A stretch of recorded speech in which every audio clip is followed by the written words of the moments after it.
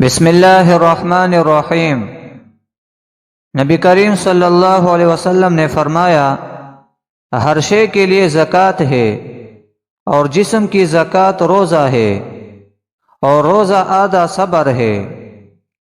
نبی کریم صلی اللہ علیہ وسلم نے فرمایا کہ جنت کا ایک دروازہ ہے جسے ریان کہتے ہیں، قیامت کے دن اس دروازے سے صرف روزہ دار ہی جنت میں داخل ہوں گے، ان کے سوا اور کوئی اس میں سے نہیں داخل ہوگا۔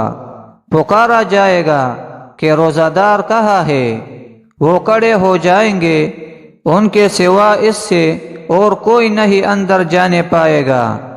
اور جب یہ لوگ اندر چلے جائیں گے تو یہ دروازہ بند کر دیا جائے گا، پھر اس سے کوئی اندر نہ جا سکے گا۔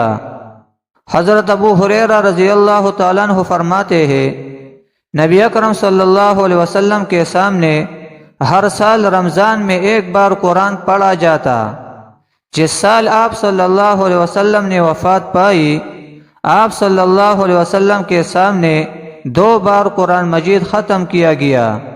اسی طرح ہر سال آپ صلی اللہ علیہ وسلم 10 دن کا اعتکاف فرماتے، لیکن جس سال آپ صلی اللہ علیہ وسلم نے وفات پائی اس سال 20 یوم کا اعتکاف فرمایا۔